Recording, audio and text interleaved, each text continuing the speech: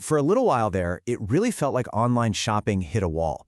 After that crazy boom during the pandemic, things kind of cooled off as the world opened back up. Well, guess what?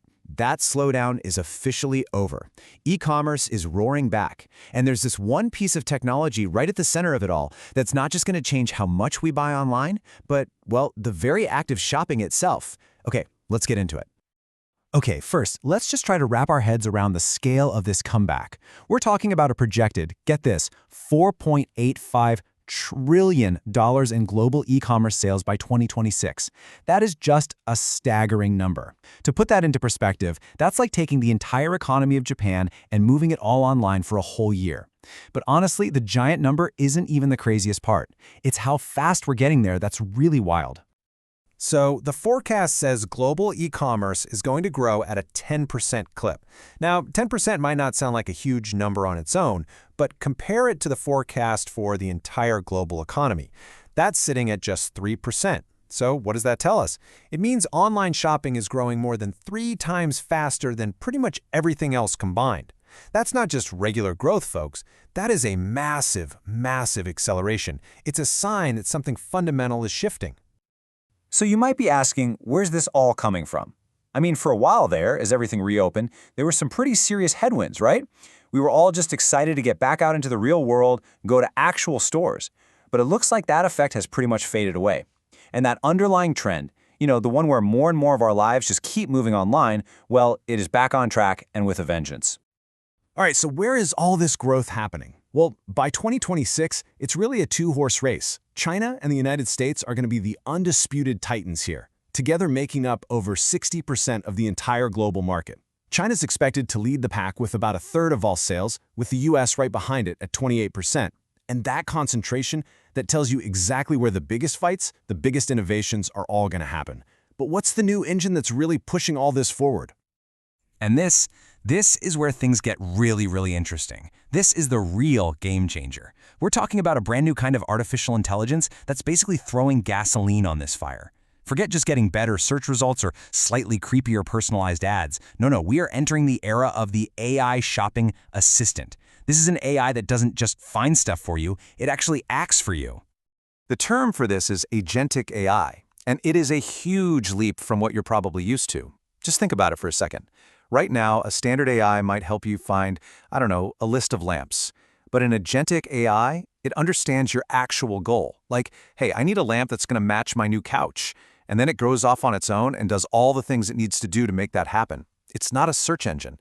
It's a genuine personal assistant.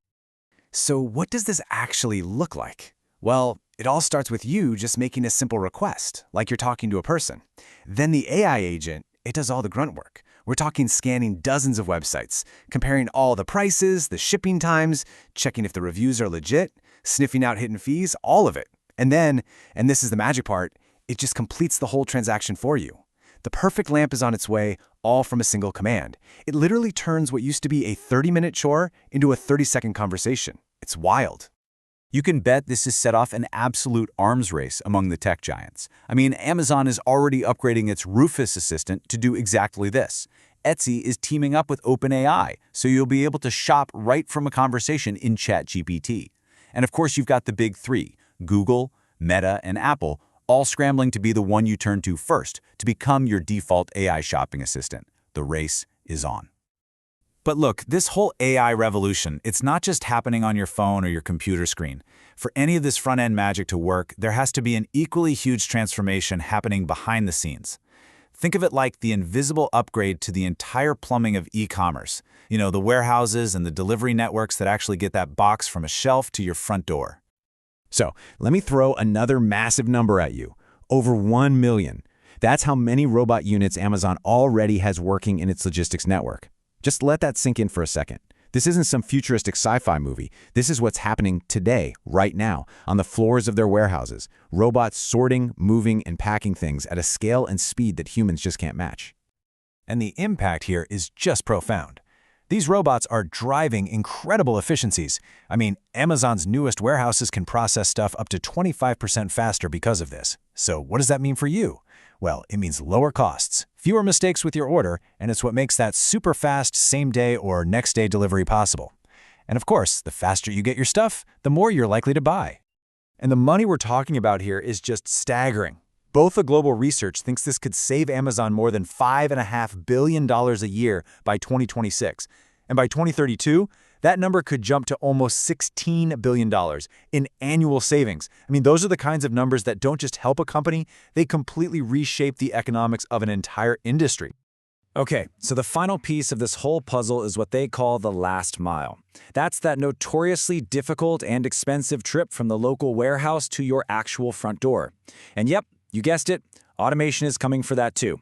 You've got companies like Walmart and Amazon rolling out drone delivery. You're seeing little autonomous ground robots being tested in cities.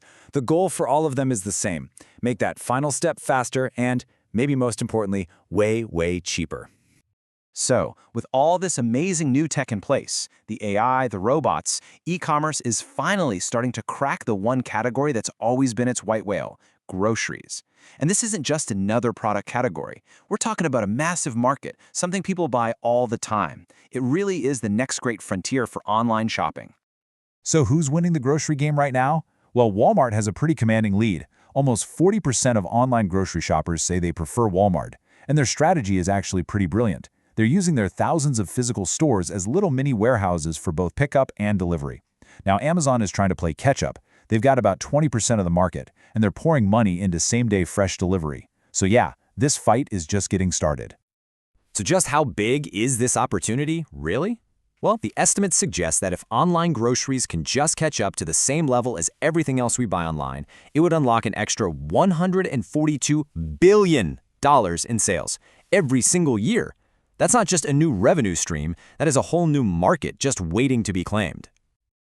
Okay, now, it can't all be blue skies and rocket ships, right? Every big forecast has risks. So, to give you the full picture, we should also talk about the potential roadblocks that could slow this whole e-commerce boom down. It's important to know what could get in the way. So what could go wrong? Well, a few things. You've got big economic stuff, like tariffs, that could make everything more expensive and cause people to spend less.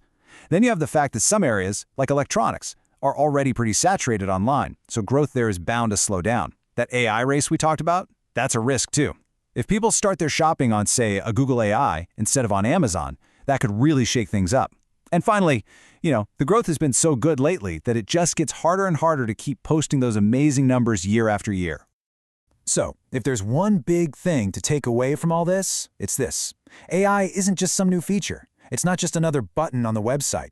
It is fundamentally rewiring the entire system of how we shop online.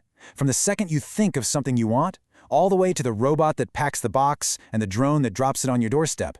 The whole thing is changing. And that leaves us with one last kind of wild question to think about. As this technology gets smarter and smoother and just becomes a normal part of our lives, that line between telling something what you want and actually buying it is going to get really blurry. So you've got to ask yourself, your next purchase, will it be made by you or by your AI?